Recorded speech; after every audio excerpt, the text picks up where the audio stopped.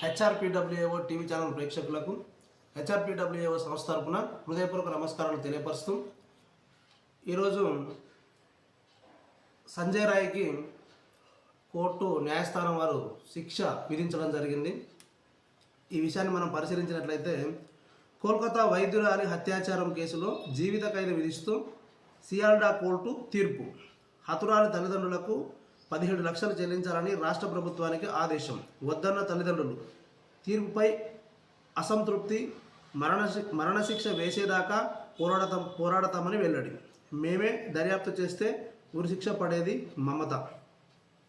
దీది పాత్రపైన దర్యాప్తు చేయాలి BJP. Okay, ఇక్కడ మనం గమనించాల్సిన విషయం ఏంటంటే సాధారణంగా ఇలాంటి కేసులలో ఈ సంజయ్ రాయ్ ఒక్కడే ఉన్నాడా, ఇంకా ఎంతమంది ఉన్నారు, ఈ విషయం మీద అప్పుడు పలు రకాల సందేహాలు ఏర్పడ్డాయి.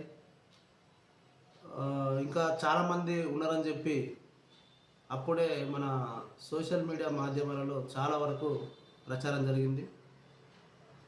ఇక్కడ మనం గమనించాల్సిన విషయం ఏంటంటే ముందుగా ఎలాంటి ప్రలోభాలకు లొంగకుండా అమ్మాయి యొక్క తల్లిదండ్రి అతనికి శిక్ష పడే వరకు పోరాడటం కొరకు ముందుకు రావడం అనేది చాలా సంతోషకరమైన విషయం.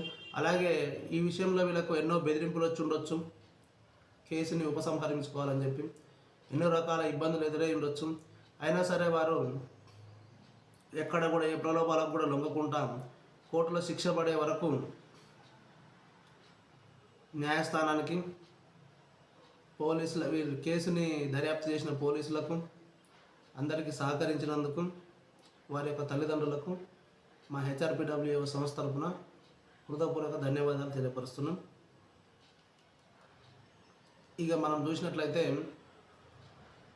ఇక్కడ సంజయ్ రాయ్ కోర్టు తీర్పిచ్చినప్పుడు దీనికి నాకు ఏం సంబంధం లేదు, ఈ ఘటనలో నన్ను ఇరికిచ్చిర్రు కావాలని, పోలీసు ఇంకా చాలామంది ఉన్నారు దీని వెనకాల అని చెప్పడం జరిగిందని మనము న్యూస్ ద్వారా తెలుసుకోవడం జరిగింది. కాబట్టి ఇతను ఒకరికే శిక్ష విధించడం జరిగింది. ఇతని వెనకాల ఉన్నవారు, ఇతనికి ఆ విషయంలో ప్రోత్సాహాన్ని ఇచ్చిన వారు ఎవరైనా నిజంగా ఉంటే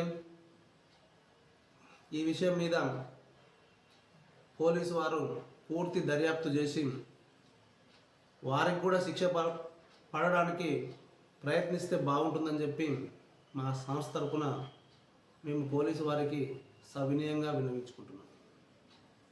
ధన్యవాదాలు.